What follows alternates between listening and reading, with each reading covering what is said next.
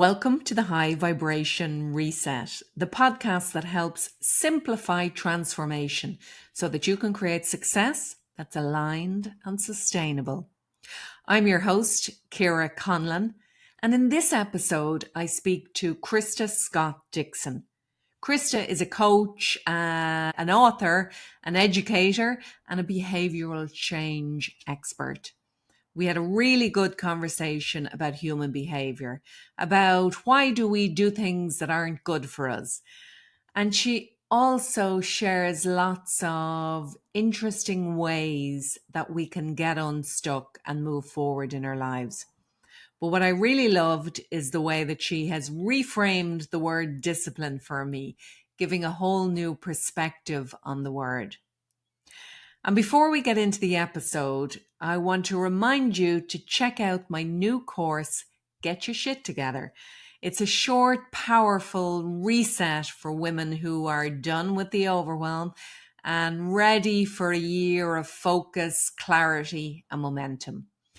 It's simple, practical, and energizing, exactly what you need to get moving in this new year.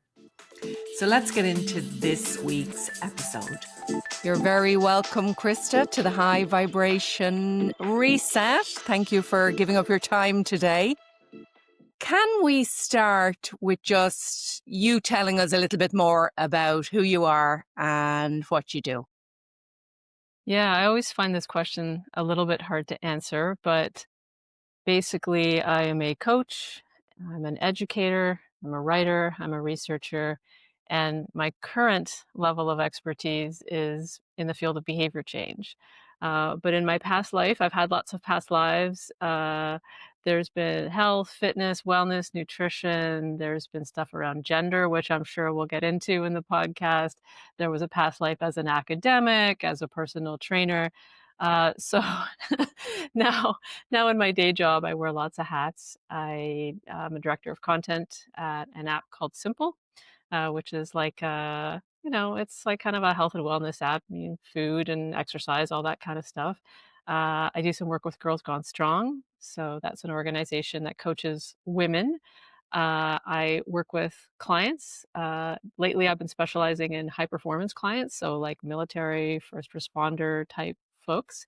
And then I have a little side project, the 1% Better Academy, which focuses on teaching stress and resilience to, tactics to like quote unquote regular people. So a lot of the lessons that I learned from working with high performance clients kind of get trickled down into, okay, what can we take away for regular people? So that's, that keeps me busy.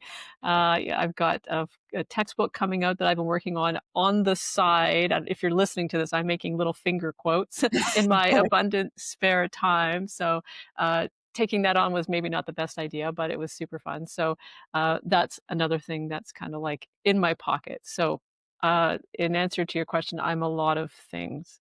Yeah. So quite the portfolio career, all these things combining, coming together to turn you into who you are today. But I think that's always very interesting with coaches. It's often quite the strength. It's to have seen many different types of worlds to bring you to where you are, to understand others. So at what stage did you step into this more behavioral change? Because a big part of your career up to now was around fitness and food and that type of area. Would that be fair to say? Yeah, I mean, like, it's good that you mentioned how coaches tend to have a lot of things in their background because it's certainly like you have these themes in your life that appear and reappear. And so sometimes you're not officially working in a certain area, but you're thinking about these things. And really, like, as far back as I can remember, I've always been very interested in why, like, questions like, why do people do things that they know are not right for them or good for them? Or why do we believe things that are clearly untrue? Like questions like that. And so even back in the 80s, I can remember my early feminist awakenings. I think when I was 16, I read the book The Beauty Myth by Naomi Wolf. And it like blew my mind. And I was like, why are we all doing this, right? And it started to show me that there's a lot of us are participating in systems that we don't necessarily agree with or subscribe to or that benefit us. And so I always found that really fascinating. Like, why do we do stuff? And that can be kind of everyday things too, right? Like, why do I eat food that upsets my stomach? And, and still do it, right? Like, just like basic stuff. Why do I stay up too late even though there's demonstrated evidence that I'm gonna be tired the next day and feel like crap? So, like, there's all these things in our lives. And then, as I progressed into my kind of academic work, in the area of gender, I got very interested in people who had made gender transitions, Oh, and I was always super interested in talking to people about when did you decide to transition? And everyone had different journeys. Some people transitioned later in life. Some people, were like right out of the gates. And obviously everything in between. There was lots of struggles and grappling with the decision and complicated factors going into it.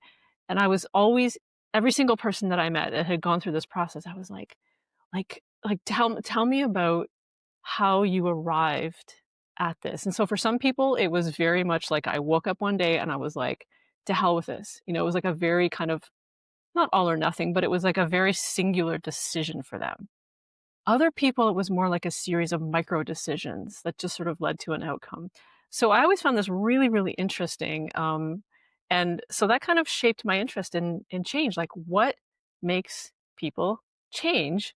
And as coaches, at the time I was teaching and, so as teachers, coaches, like whatever you want to call yourself, how can we help?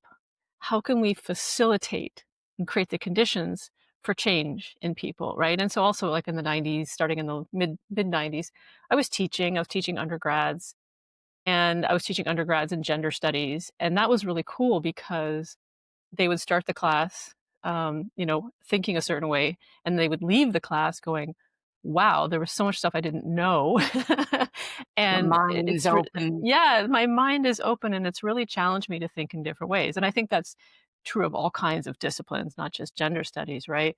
But there's something about being an undergraduate is such a cool thing because you come and then, you have this very open mind and you try all these new ideas and then you leave a lot of the time quite profoundly changed. So I was kind of witnessing this process of change and growth and opening up in real time, as well as the factors that tried to block change. So a crazy number of students would tell me on the first day of class, my boyfriend, my brother, my father, my whoever told me I should not take this class. Or I got into an argument with someone around the family dinner table or whatever. Like, even just saying to their family or friends or whoever, Mm, "Yeah, I'm taking this class." It would be like saying, "I'm taking, I don't know, philosophy, I'm taking English literature," right? But like someone in their family and friend group would freak out about them taking this class. And so wow. it's also interesting to me the forces that block change. So, Mm, long answer to your question, but basically this is something that's really interested me in different domains for a really long time. And obviously at 52, I'm still interested in it. So yeah, yeah, that's you've clearly a always good been a question. thinker. Yeah. Brilliant. So, did you get the answer? Why do we do it? Why do we sabotage ourselves? Why do we do these things that aren't good for us? Honestly, I feel like the kernel of that will always be a little bit of a mystery. But I think we've come to learn over the last few decades a lot more about how brains work. And I think that we've put a lot of our behavior more into like an evolutionary context. And not that evolution is the only reason for things, but I think that now when we apply an evolutionary lens to ourselves, as well as understanding how brains work, a lot of the behaviors start to make sense. So, for example, why do I come home when I'm stressed after a long day at work and eat a pint of ice cream, even though I know ice cream upsets my stomach and I'm going to have heartburn, whatever, right?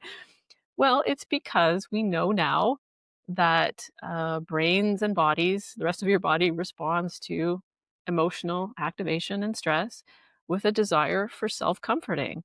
And things that are sweet and fatty and delicious and also behavioral rituals that give us comfort are soothing. So what we're trying to do is soothe ourselves. And once you say that, it's like, oh yeah, that seems very obvious.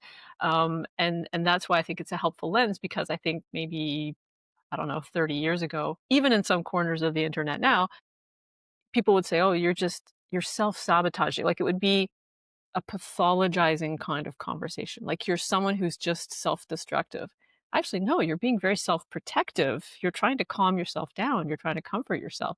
And when I say that to clients, like they're just kind of like mind blown, like, oh, I'm not a terrible self-destructive human being. Like it's just, it completely reframes the paradigm. So I think that kind of gives us some clues to the answer. There's some other ones too. We know, for example, that people have different levels of openness to new ideas, to change. Some people are very rigid in how they think. It can be, just sort of natural tendencies or based on their upbringing. So I think there's kind of a spectrum of people who have more or less openness to change. We know that people who, for lack of a better word, let's call them conservative, but people who prefer kind of like status quo, kind of more rigid social rules, those folks tend to be freaked out by change. Like their brain treats change as a threat. Whereas other people are always like, what's new? What's next? How can I grow? How can I push my brain? To them, that's really fun. So there's a lot of individuality in terms of how our Sure. brains treat change. Yeah, but it's the education that's needed for people. I presume if we understand what's happening, we're more able to adapt to it. So if I'm coming home and drinking beer and eating chips and, doing all the things that aren't good for my body, not that there's anything wrong with those things in moderation, but, if we're doing this excessively and damaging our bodies, but if we understand why we're doing it and that it's not because we're just lazy or, as you say, self-destructive, that can go a long way in actually changing your behavior. Is that what you've experienced with clients? That Yeah. knowledge is powerful? Hugely, hugely. As soon as we put the frame of how is your behavior solving a problem onto it? How is your behavior trying to get a job done? How is your behavior trying to meet a need or a want? And maybe it's not a great option, like you say, right? Like maybe it's not the best tool in the toolbox. It's kind of like, I don't know if you've seen that thing on social media that's like girl tools, girl, where women are like, I need to hammer a nail. What do I have available? I have a shoe, I have a mug, right? You just gotta grab something, smash the nail into the wall. It still works, right? Maybe not the best tool for the job. And I think once people receive that frame, the whole conversation changes, because then we have conversations around what is the real problem that you're trying to solve. The problem a lot of the times is not your behavior. I mean, there's secondary problems that come out of that, right? If you're drinking too much every night, right, your liver now has other problems. But really, it's more like the dashboard indicator light. And so when I talk to my clients about the dashboard indicator light, like, if we're driving and our car's oil light comes on, we don't just like smash the dashboard, like, wow, this dashboard's stupid, right? We go and we check the oil. And so what's under the hood for you that we might need to know about that this behavior is just an expression of? And are there other ways then too? Because what we're seeking is comfort or self-soothing or, are there simple ways that we can do this that might prevent the behaviors that aren't as nurturing in the long term? Yeah, totally. I mean, there's all manner of them, and typically, what those things tend to be is something that involves the body, or involves social connection or engagement in the world, right? So let's say, for example, a hobby. So, for example, I had a client years ago who took like she'd always loved quilting and she'd kind of gotten away from it, and so in the evenings she was feeling bored and kind of lonely, so she would eat. And I was like, "Well, like, did you ever like to do a hobby maybe with your hands or something?" And she's like, "Oh yeah, I used to do quilting, but somehow I got away from it." Perfect, right? Because when you're quilting, you're using your hands, you're using your brain, you're thinking, you're solving problems, right? So she went back to quilting. anything where you're using your body, go for a walk, dance around the, like put on your power songs, dancing, making art, expressing yourself, calling someone that you love, like not just texting them, but actually like talking to someone, having a social connection, like any of those kinds of behaviors where you are engaged, where you are connected, and where you are in your body somehow. Those are the things that we want to find. And obviously, it'll be different for everyone. Maybe it's just snuggling your cat, right? Or like there's different things for different people, but that's what we look for. One of my favorites is when I've really had a crap week is I take my laptop and I bring it into the bathroom and I put on Netflix and I prop it up away from the bathtub. And then I have a bath while I'm in the bath and I'm watching Lovely. some garbagey thing on Netflix, right? And that feels really replenishing. I'm going to try that one. Highly recommended. Highly recommended. Very good. Very good. So where does discipline come in? Obviously, you say you work with military and high performers and all these people who discipline is a huge part of their day to day. But for the regular person, how much is discipline part of change?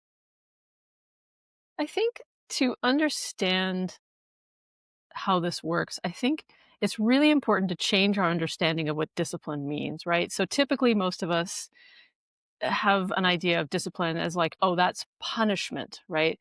I have to be disciplined with myself in the sense of like, if I eat something unhealthy, then I yell at myself, or like it's a very punishment based, strict, regimented idea of what to do with yourself, right?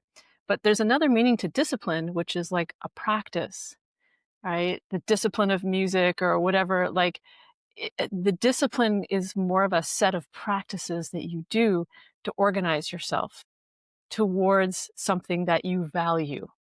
So it's a lot more like weeding a garden or practicing a musical instrument than it is like punishment. And so the first thing we kind of have to do is shift our understanding. What does discipline mean? And so if we think about it as like pursuing a path of action that leads to a meaningful goal, and then just putting in the reps, that's like a whole different way of thinking about it, right? So if someone says to me, oh, you're so disciplined, like I work out every day or I get exercise every day. And if someone said to me, oh, you're so disciplined, my response to that is not like, oh, yes, good for me. I've Yes, I punished am. myself every day. It's like, this feels so good in my body to do. And obviously, that's not true of everyone in exercise, right? Everyone doesn't love exercise. But for me, the reason I do this is not to punish myself. It's because I like feeling capable. I like feeling strong. I like not hurting. I like not having as many aches and pains. I like the feeling of energy. I like going out in the morning, watching the sun come up, getting some fresh air. Like, you don't have to convince me to do any of those things. I enjoy doing them. And so I have built a practice around a meaningful goal of all of these things, as well as healthy aging, that has created a set of behaviors. So we kind of have to start with the meaning of the behaviors for you, rather than just doing something because you think you should.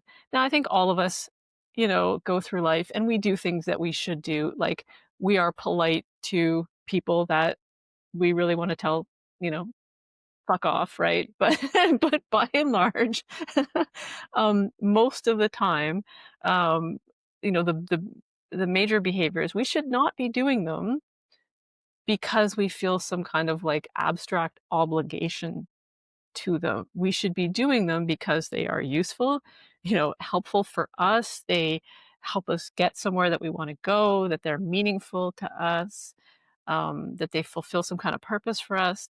That's the bulk of our behaviors that we should be doing. And so again, that really changes the game, because then I'm asking clients, what do you want to do? Like, what kind of person do you want to be? What's your hopeful future? What are we working towards? And all options are on the table here. So it Absolutely. changes the conversation about behaviors. Totally. I can see that. And actually, that was one of the The biggest catalyst for change in my life was one day when I was feeling very sorry for myself. I have 3 sons, Krista, and 2 of them were very small. And the older one, who was about 8 at the time, or maybe 10, said to me, "What's up?" And I said, "Oh, I have to get the boys dressed, his brothers, and get them out for a walk because I knew I'd feel better, but I was feeling very low." And he said, "It's not because you have to, Mum. It's because you want to." And it really, slapped me in the face. And it's something I say a lot to my clients, and it is that shift in perspective around habits, around the things that are good for us. We actually want to do these things. And sometimes playing it forward helps us to see, like you say, the act of exercise for you is fun, but for a lot of people it's not. But it's, how do I feel when it's done? And connecting with that moment can really help motivate us to actually get up off our asses and do the thing. Mhm. And it's also, I suppose, consistency is what you're talking about, but how you framed it was lovely. The discipline of music, or the discipline, the practice of, is a great way to look at it. So stuckness is one of the things that you talk about, and something that I suppose your clients would say. So talk to us about what that means to you and how you go about getting people unstuck. Yeah. I think all of us have some experience in our life that we can relate to of being stuck. And I say that people tend to find me at crossroads, like life crossroads, when they're standing there and there's all these options, and maybe they don't know which option to take, or none of the options seem good, or they're just kind of like immobilized at this crossroads. Or maybe something that they used to cling to for certainty has expired. Maybe they've lost a job. Maybe they've gone through a divorce. Maybe some family member has died. Maybe, some big life event has happened and they've lost their sense of certainty. And I think the feeling of stuckness for a lot of people is like, either I don't know what to do next. Like, I literally don't know what to do next. We're totally off the script that I thought I had, and there's no instruction manual. And I'm standing here like baffled about what to do. Sometimes the stuckness is like, I'm in a situation that I don't want to be in, and I know that I don't want to be in it. I can't see a way out of it. Or what I know is the way out of it, I'm not sure that I'm prepared to make the trade-off that it would involve, right? So let's say you're in a job that you hate, but it's like, well, it's good money and it's like not that bad a commute. And, every day I'm dying inside, but like changing the job would be too much, right? Like that's a very common Common one. one, yeah, yeah. And another way people get stuck is kind of like by getting into loops, like thought loops or feeling loops, or um, I mean, comfort eating is a great example of that, right? So you come home from a stressful day of work, you eat a lot of food, you go to bed, you get heartburn, you wake up the next day feeling regretful, and your stomach's upset, and you're like, okay, that's it, no more. No more of this, right? I'm going to be a different person. And then by, of course, 8 o'clock that night, you're back in the snack cabinet and you're like, damn it, why am I here again? Right. So sometimes it's loops of feeling, like you get triggered into a feeling and then you're like, why am I feeling like this again? Maybe it could be loops of behavior, loops of habit, whatever it is. But in all of these things, there's some experience that people are having of like, I am stuck somewhere. Like I'm blocked, I'm frustrated, I'm baffled or confused. My mind is a blank. I don't know what to do next. I actually said this to a coach I had once who was actually unable to work with it. So if you are coaches listening, you should be able to work with clients who don't always have like clear goals. And I'm making finger quotes again. Yeah. But I live close to the ocean, and then it's like a long kind of strip of ocean, and there's mountains on the other side. And so what this creates is a really interesting microclimate where the clouds roll down off the mountains and they drift across the water. So a lot of the time, you can't see the other side. So one summer we were having forest fires and we were having kind of weird weather. And every morning I would get up and I couldn't see the other side. I knew it was there, but I couldn't see it. And I said this to a coach. She was like, "What are your goals?" And I'm like, I feel like I'm looking into this cloud of smoke and fog and haze. And I feel like I mean, my brain knows there's something on the other side, but I can't see it. So that's what it's like for a lot of people too. And then how do we get people unstuck? Well, there's there's lots of different answers to that. So we can talk about specifics if you have kind of specific cases in mind. But there are definitely ways to get people unstuck. And sometimes that's all just a little nudge for a lot of people is all that it takes. And so I tell people, I don't fix you. I just get you unstuck and moving in the direction that you want to go. So maybe you have specific instances in mind that would be more helpful to talk about for getting unstuck. But that's exactly it, isn't it? Because we don't stay stuck for long. Everything is transient, and even though we can actually create a story around it more so than actually be it. Because as you say, one little nudge, you take one step and you've moved. You have done something. You may not still be able to see the through over to the mountains, but there has been change.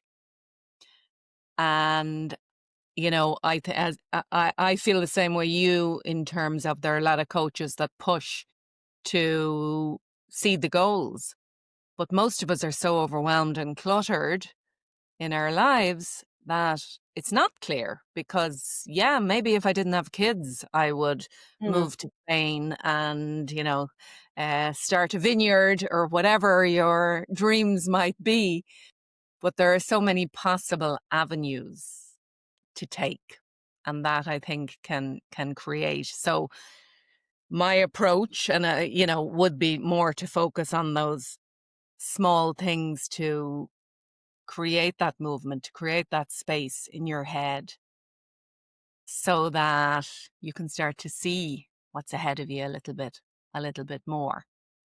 So in terms of then, if we look at somebody who is overwhelmed or who is very stressed in their day to day and maybe even close to burnout and not happy in their job, what would be your advice in that scenario, Krista, in terms of, what would be the first step to take to try and create that little bit of movement and get unstuck?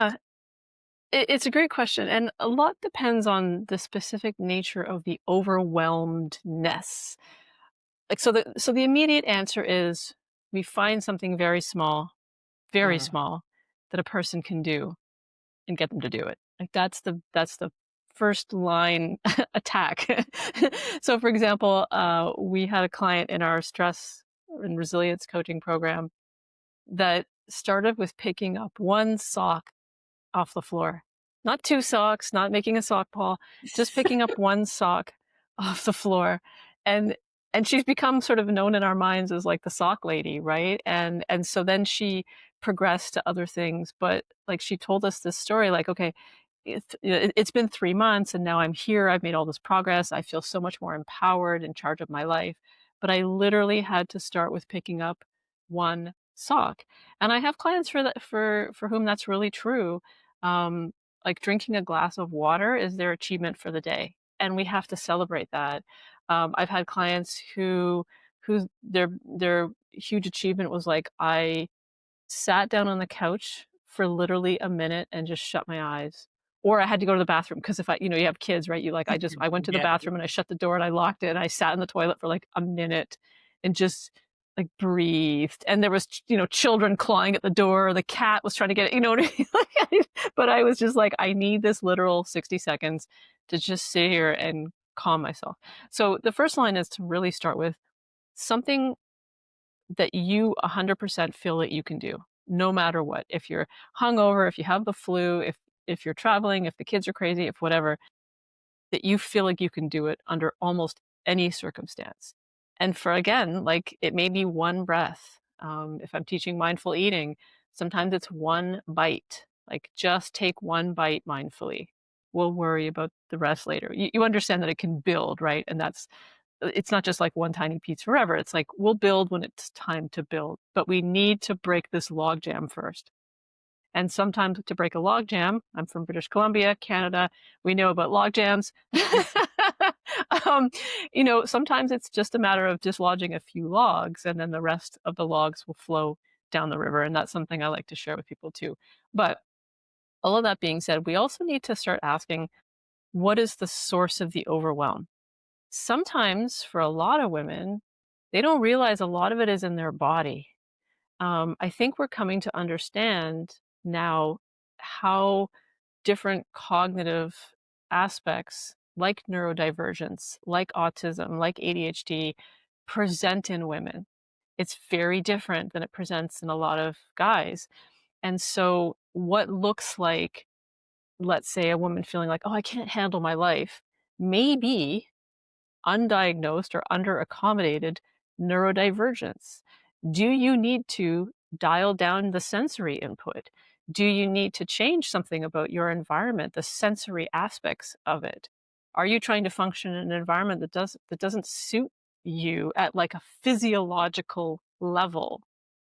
I always like to start with the body, because it's like if you really have to pee, you can't get anything done in your life because all you can think about is like, I have to pee, I have to pee, I have to pee, right? So like if there's some physiological activation that's happening, we kind of need to see if we can make an intervention there. So the body is piece number one. Then we look at things like emotions, right? Are you addressing and regulating your emotions appropriately?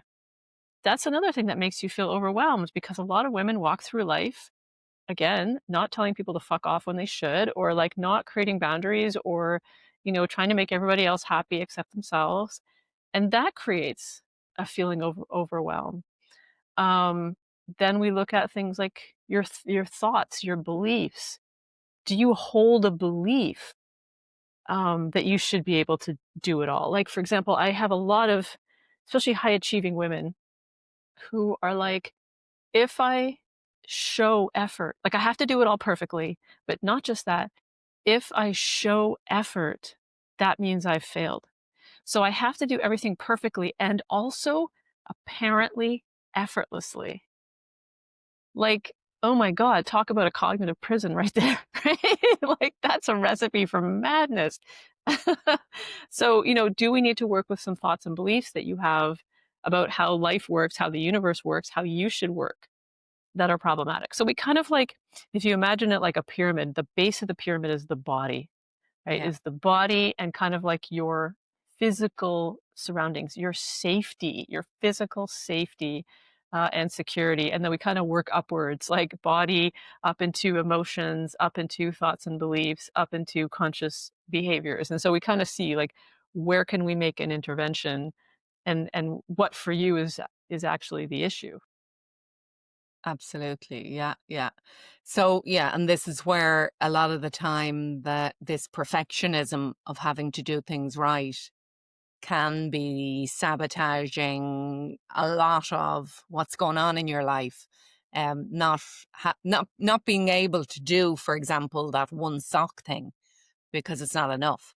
It's not going to Mm-hmm. get me where I want to go. So a lot of people will avoid those micro habits or those small little changes because it's not enough. Is there a way to, this sounds wrong, but convince people that it's okay to let go of these high standards? In your experience, have you been able to work through that one with your clients? Yeah, I mean, I don't convince, I show, right? I show evidence. So there's different ways to do it. Like, so for example, we can do experiments, right? Behavioral experiments. Uh, what if you just take a day or an hour, whatever the time limit is, take a certain amount of time, and let's just try something that feels safe enough to try for you. And I want you to gather the data of this. This is an experiment. You are a scientist. Gather the data, and then we'll come back and we'll look at it together, right? So let's say someone is, I don't know, struggling with low energy, right? okay, let's try an experiment. Get up in the morning, still in your jammies, just throw a coat on, whatever. Take a spin around the block. First thing, just go. Don't think about it, just go. All right, 5 minutes. And then let's try that for a few days and then see how did that affect your energy at all? Well, very likely it did. But I'm not convincing them, oh, you should take a walk and it'll help your energy. All I have to convince them of is just trying an experiment that Humor me. feels safe Humor enough me to for the try. Humor moment. me. Just, I know this is crazy and ridiculous. Just like, let's just try it for whatever. And so it's the evidence of their own experience that begins to do the persuasion. So that's one. So using experiments, especially playful experiments, experiments that are silly or playful. I love opposite days. Just do the opposite of what you normally do for a day or two and just sort of see how it Mm. goes. If you're a busy mom and kind of like the general manager of your house, stop fixing everyone's problems for a day, right? Stop managing everybody else's feelings. Like, just try that. Try being the opposite for a day and see how it goes and see what you learn from that we can then bring forward. So experiments are number one. Another one is affirming the value of the status quo first, leaning into the empathy, leaning into the compassion, leaning into the validation, and looking at what is the job of the existing behavior doing for you, right? So let's say you're okay, so you don't have a lot of energy, you're not getting up in the morning and walking. Okay, what are you doing? Right? Maybe you're waking up and you're grabbing your phone and you're scrolling, and it's because you're trying to regulate yourself to face your day. So I might say to you, wow, it sounds like you actually have hit on a really good strategy for kind of getting yourself prepped to face what sounds like a very difficult day. And then the client's just like, whoa, I can't believe you're not telling me to not do this behavior. And it's weird.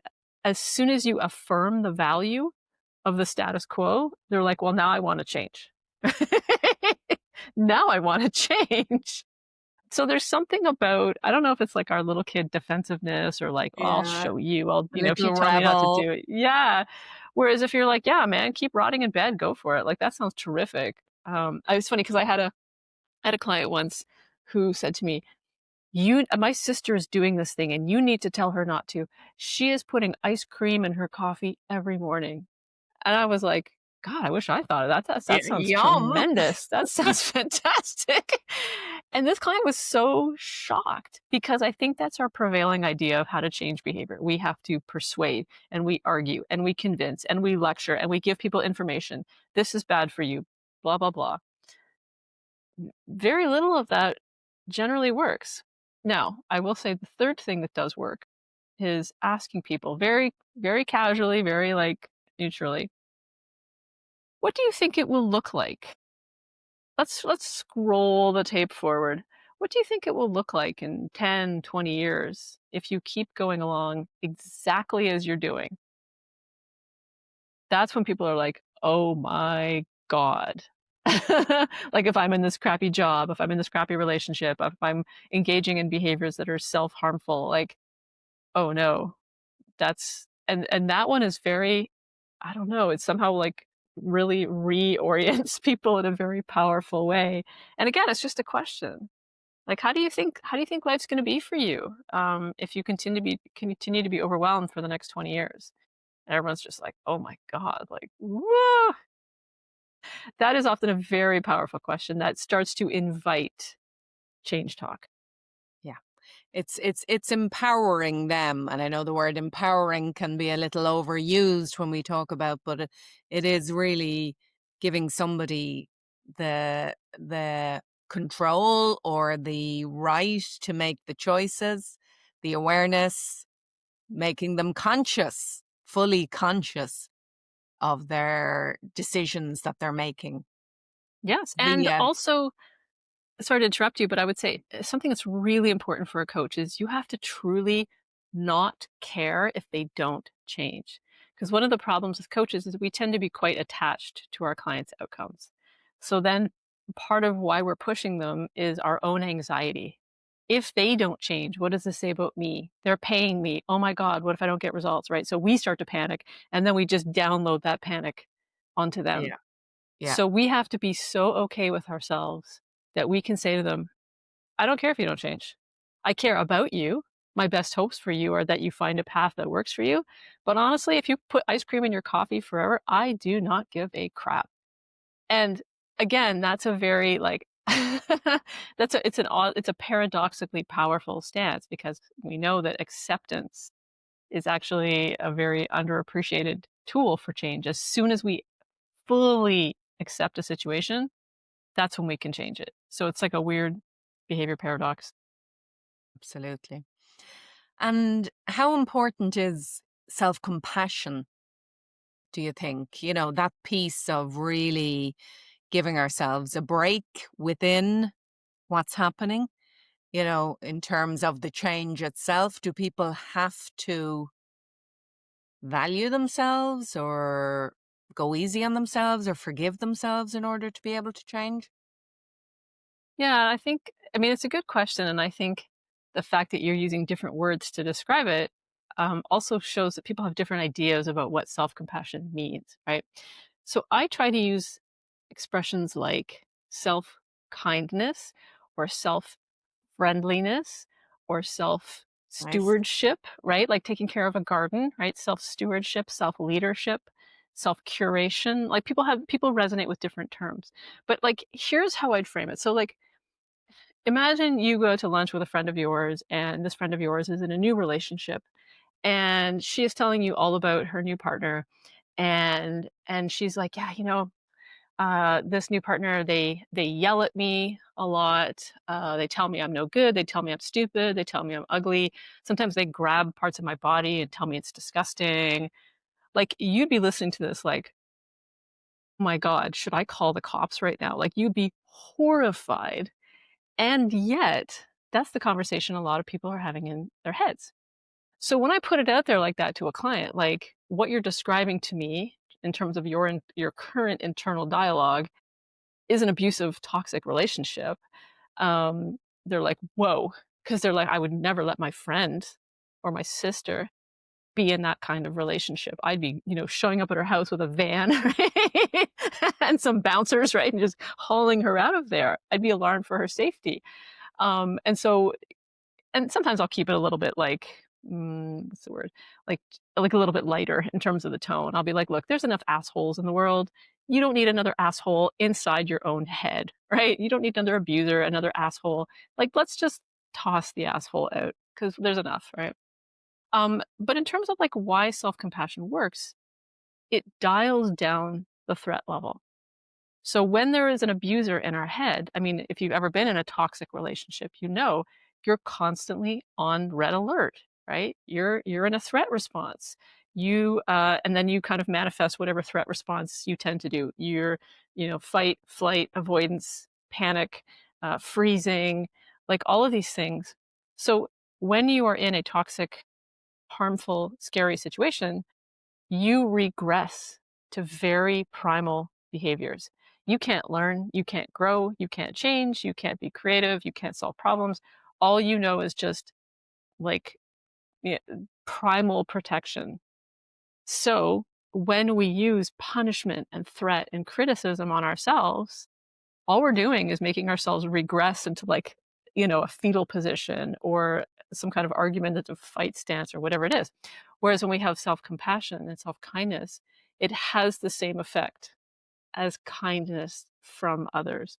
And maybe you remember like when you were a little kid and you fell down, right? And you scraped your knee and some adult like was like kind to you. Maybe you went to the doctor, they gave you a lollipop back in the day. Like when you received kindness from someone, it was just like, oh, like all of a sudden I'm safe, right? That's what happens in our brain when we give ourselves compassion.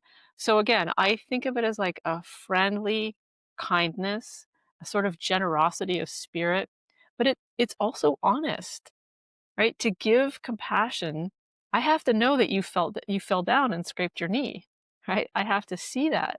So to give compassion to ourselves, we have to know we screwed up or that we suffered or that we struggled, because that's the opportunity to offer it to ourselves, right? So again, this is where behavior experiments come in, right? One of my classic coach KSD experiments is to tell people, okay, take 2 days.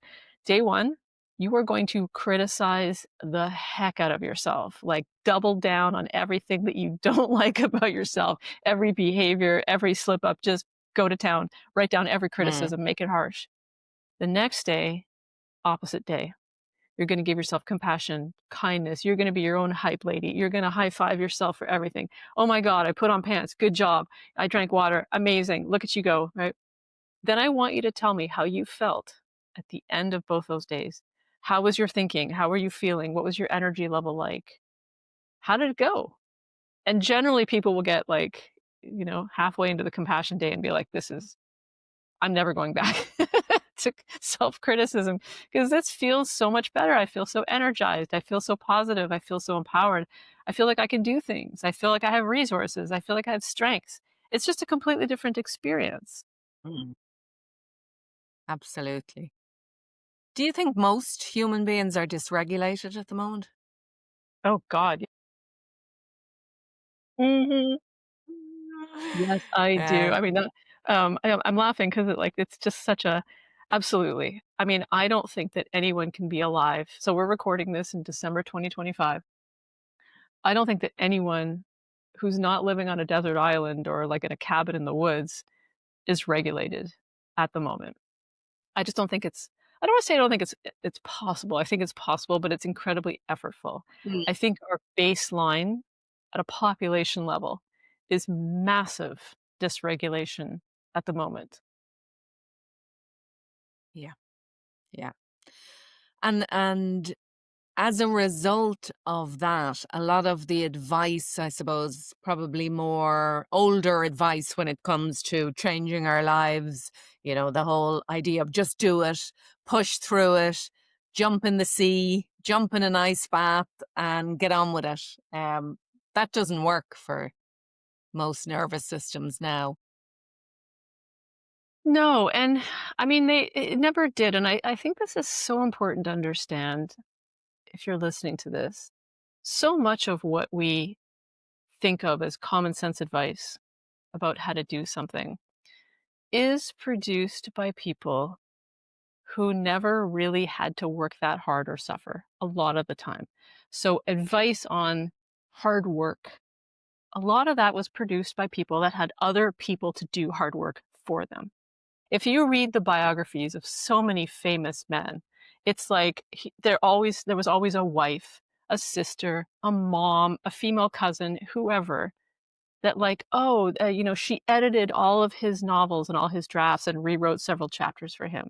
She covered up his alcoholism. She scrubbed the toilets and raised the babies while he went off to wherever, right? Like you start to unpack these narratives of work hard, stress yourself, get uncomfortable. And I mean, there's nuggets of value and, right? We have to push ourselves to grow. And that's, I understand that. But if we look at the bigger picture of who's producing these narratives and how these narratives are produced, under the base of the iceberg is a lot of invisible labor, emotional labor, physical labor, sexual labor from other people. So that to me calls the whole project into question, right? Like, is anyone alive whose job is scrubbing toilets? Is that person writing self-help manuals about the value of hard work? I'm fairly sure they are not. Is anyone trying to survive on minimum wage in the US right now writing books about the value of hard work? I suspect they are not, right? So I think we have to be a lot more skeptical about who is producing this advice for us. And also to be aware, again, as we're recording this in 2025, the massive scale of the grift and the con game that is connected to this, right? Like now, it used to be a cold shower was just a great way to wake yourself up in the morning, right? We could have just left it there at the 1960s, like gym class. But now you can spend really as much as you want to spend, but you can spend thousands of dollars on an ice bath tank, should you care to. And I think we have to be very skeptical about the context of this advice? Who is producing it? What is the invisible labor that supports it? What is the invisible stuff that you don't have to see in order for this to make sense? Like all of these people with morning rituals. Oh, I get up at 5 and I journal and blah, blah, blah. Do you have kids? Do you have a job? Like, what is happening here? Do you have generational wealth? I mean, that's the other one, right? Like, where's the money coming from? Like, so there's so many questions. And then the other thing that's associated there is like, are you making money from this? Are you selling me the $3,000 ice bath tank? Are you selling me the line of supplements? Are you selling me whatever, whatever? So I think sometimes there's good advice in the world that if we took it in small amounts, like if you put effort into something, there will be often some reward, right?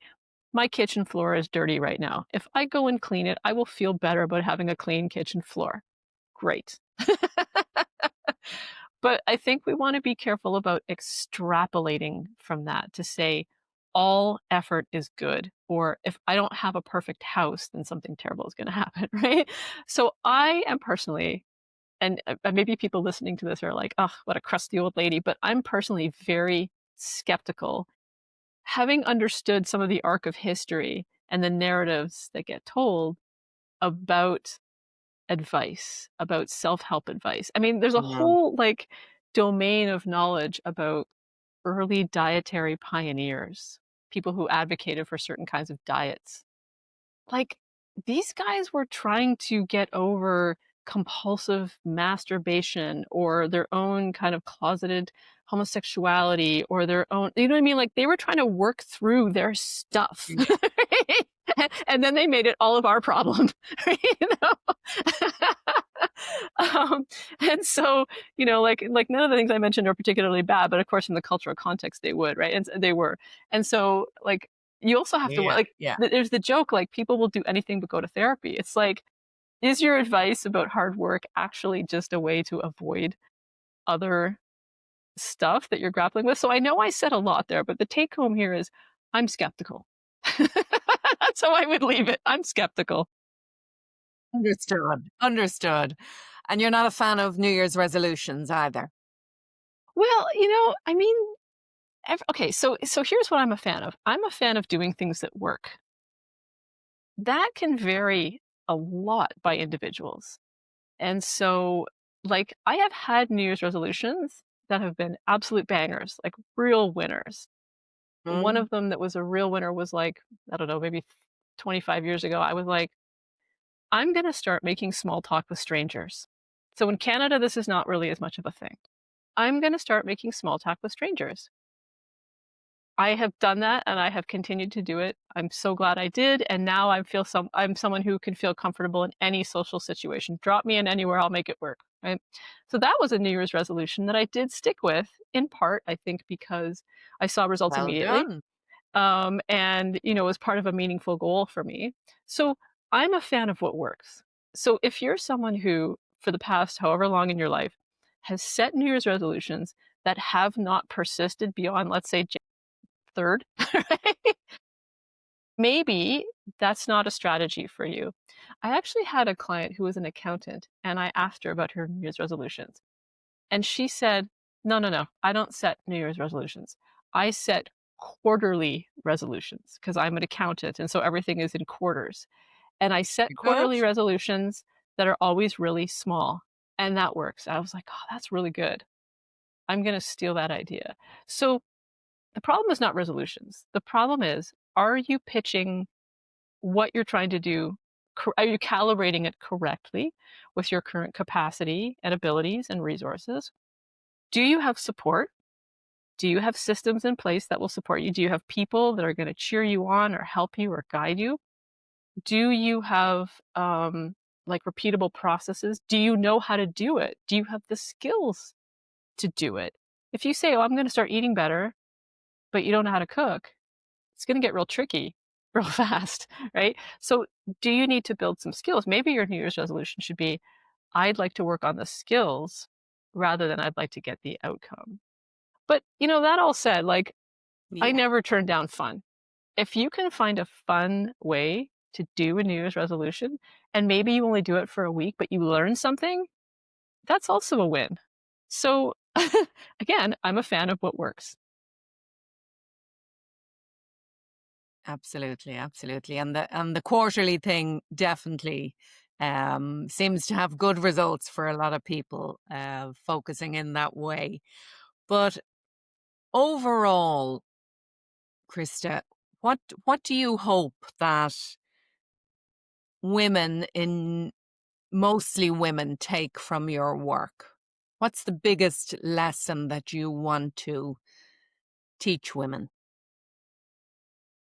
I think that I would like to teach them to trust themselves. Because if you are feeling dysregulated and scrambled and scattered, there's some important information there. And I think what tends to happen, the way that women are socialized is, especially in Western cultures, it's very individualist. We are taught to download our own stuff and everyone else's stuff onto ourselves as an individual, regardless of the environment we're in, regardless of the system we're in, regardless of whether it even makes sense. So, a lot of women are walking around trying to manage everybody else's feelings, for example. No one has ever successfully managed anyone else's feeling in the history of ever, right? But and so I think that what happens is we lose trust in ourselves. We read about some diet and we try it and it doesn't work, and then we think, oh, I must be the problem, rather than this did not feel good in my body. This did not align with my life. What do I know to be true of myself? How I feel, how I think, how I operate. Like, how do I start from there? And I find that a lot of women do not trust themselves. They do not trust their bodies. They experience their bodies as very unreliable. So when we talk about mindful eating, for example, no, I could never do that because my body is different. My body would never let me. Well, unless you have a brain tumor, there are, mechanics that are factory installed between your gut and your brain that will help you feel satiated if you eat in a certain way, right? But women don't trust that. And this is again where the behavior experiment. Okay, cool. Let's just try it, right? But so my message to women would be trust yourself and understand that it is not an individual, like 95%, like, I mean, we can always grow as an individual, right? I don't want to put a percentage on it. Let's call it 80-20. That feels good. 80% of the time, it's the system, it's the structure, it's the environment that you're operating in. And then 20% of the time, okay, fix whatever's upstairs, right? Or kind of like work through problematic patterns that are not working for you. But most of the time, it's not a you problem. You are doing your best with the skills and the abilities and the resources that you have right now and the knowledge that you have right now to operate in a system that wasn't designed for you, that isn't maintained for you, that doesn't even like you, a lot of the time. Like the systems that we like, for example, in the US, maternity leave is like what, 2 weeks or 4, like it's crazy short. That's not a system that likes women, right? So a lot of the time women are trying to operate in systems and structures and relationships that don't like them. And so if you're feeling distress, it's important to trust that. It's also important to trust what feels good to you. Right? So chase that. I tell clients, let's play the hotter, colder game. I don't know if you guys did this in Ireland, but it's like you're getting warmer, like you hide something and you're like, you're getting warmer and then it's colder, right? Play the hotter, colder game. Go towards what makes you feel warmer. Go away from what makes you feel colder and trust yourself to know what the difference is. So many women are in situations that don't work for them. And they know it doesn't work for them, but they're like, well, I got to be nice and blah, blah, blah. No, get away from it. Follow the vibes. Play the hotter, colder game and get to know what in your body and in your soul feels good or not. That's the piece I'd leave you with. And that's a beautiful place to wind this up for today. Thank you so much.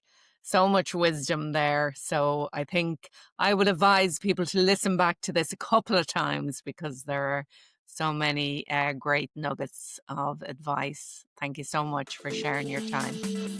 You're welcome. Thanks for having me. So I hope you enjoyed that conversation. And a reminder, if you're not already following the podcast, please do so.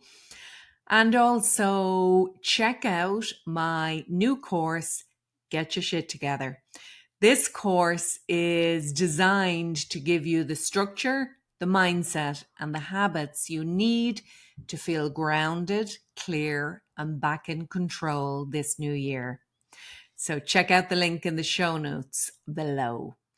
Thanks for tuning in as always, and I wish you a great inner day.